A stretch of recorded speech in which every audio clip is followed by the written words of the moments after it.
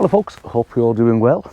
We are up at the allotment for a change. It's been a couple of weeks since I've been up here and I'm so glad to be here. Honestly, the last couple of weeks at work have been awful.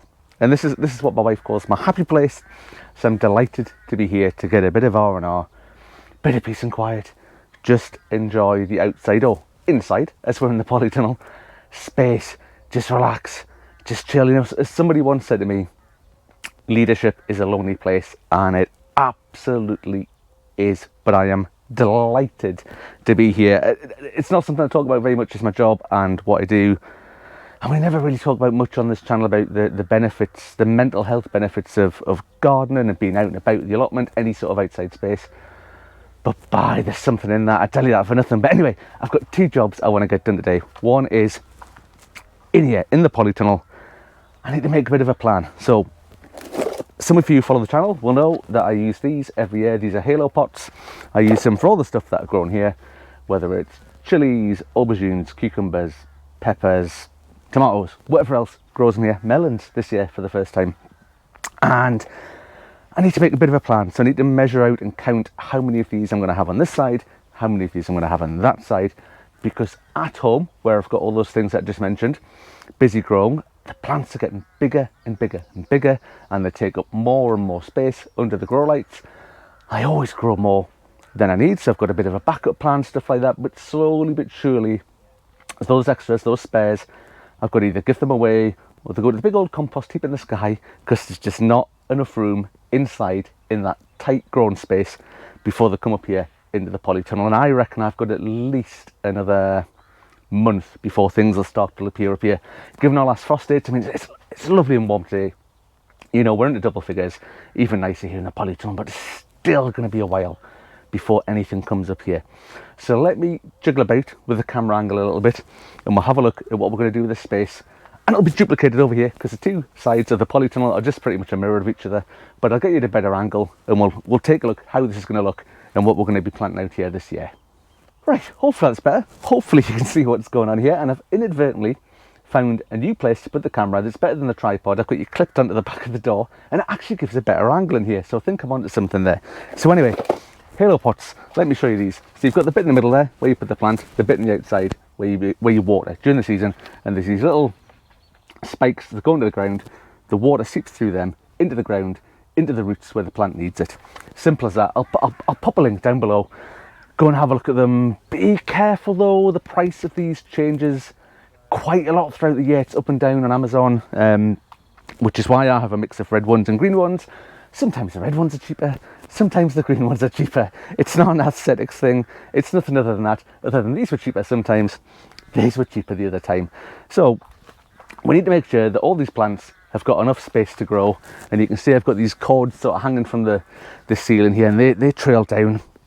And I usually grow the plants up them. Nearly everything gets grown vertically in here, apart from the melon this year, which I believe you can grow vertically or horizontally. So I'm thinking of doing the melon in the back corner there and trailing it all the way along here, either along the path or along the front of the bed.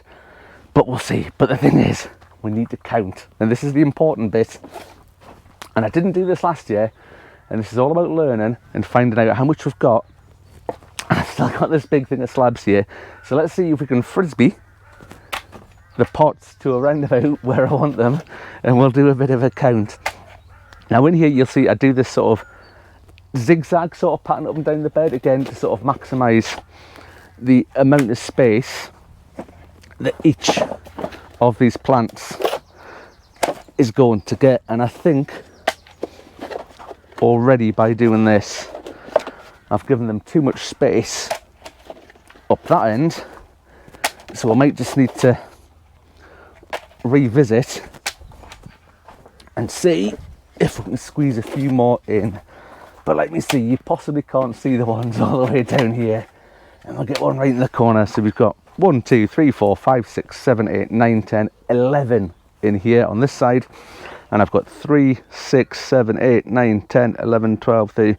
Yeah, we need to squeeze another couple in up here. So I think I can get one right there in the corner, one right there, and we'll adjust them. So that's 13. Unlucky for some. So I think I'll probably get 13 let's just move this one this way and this one that way. Right, and it's just rough. Bear with me. It's just rough. It's not perfect. It's not 100% accurate. So we've got 14 here. We'll do 14 over there that I appreciate. You can't really see what's over here. So that's 28. So now that I know that, that's an important figure.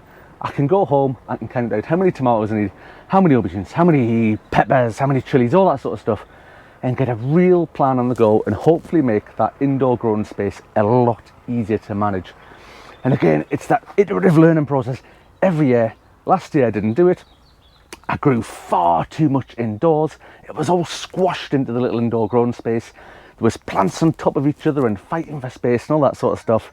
And it probably knocked some of them a little bit. I mean, some of the Brad's Atomic Grape, the tomatoes, there was a few of them died because they're quite weak, spindly plants to start with.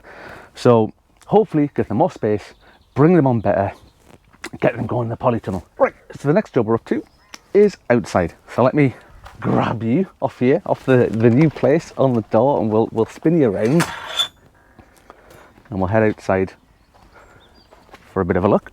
And we'll walk down here. And again, for those of you who've been watching the channel for quite a while, you might recognise these two big beds here. Normally this is where we do potatoes, all the way over here. This bed this year is getting split in half. Top half over here, this is going to be potatoes. This half over here, special section for the parsnip challenge. But I'll come to that in a later video. We'll not worry about that for now. That's some special news that'll come. So I'm going to build a little bit of a path down the middle here, just to separate it out, keep things all nice and neat and tidy and separate. Like I say, potatoes up there, parsnips down here. But what we need to do is go and get some new wood chips to build a path here. And that can only mean the return of one thing that I know you've all been waiting for, and that is wheelbarrow cam. So hang fire, 2 minutes, and we'll be back. And here we go, something different. We have left the plot, it's just here. We've come out the gate and we're going to head over to the wood chip pile. So you'll get a little bit of a view of what the allotments are like around here. Just a little bit though, there's over 200 plots, most of which are spread over that way, and we're not going that way. We're going to head this way, see if there's any wood chip. Hopefully there's some there. Back with you after we've done this.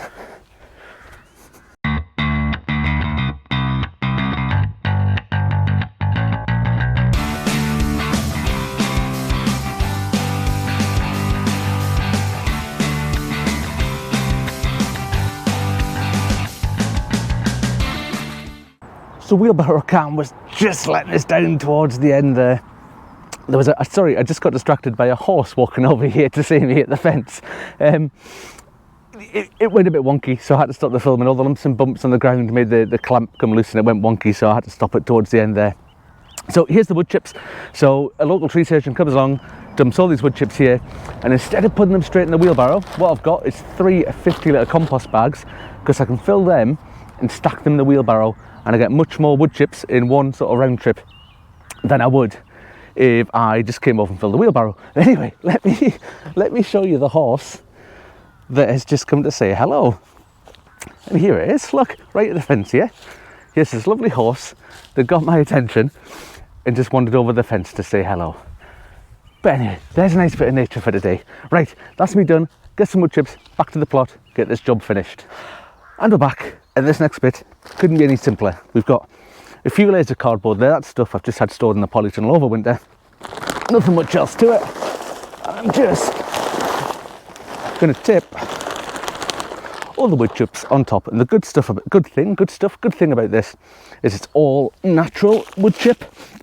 So if it spills over onto the soil, anything like that, doesn't matter. It's just going to mulch it down a little bit. So we'll spread that out nice and thick. I've got some more at this end that we'll put down as well.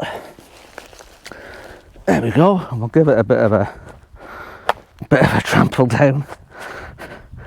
And it looks a bit, it's a big heap at the moment, looks a bit messy. It's not dry, it's all wet. Give it a couple of weeks, bit of sunshine, a bit of me walking on it, that'll look like all the other paths. And as a bonus, I've got some extra wood chip, and we'll just fill in some of these blank patches around about. So that's it for today. I'm going to go home because I've got 1,000,001 seedlings and little plants and stuff like that. They need potting on, ready to come up here in a few weeks' time. So that's me done. And I'm out of breath because I've just come back from over there and I've just done all of this. So I need to sit down and a cup of tea. Anyway, thank you very much for watching, folks, and hopefully I will see you on the next one. Bye for now.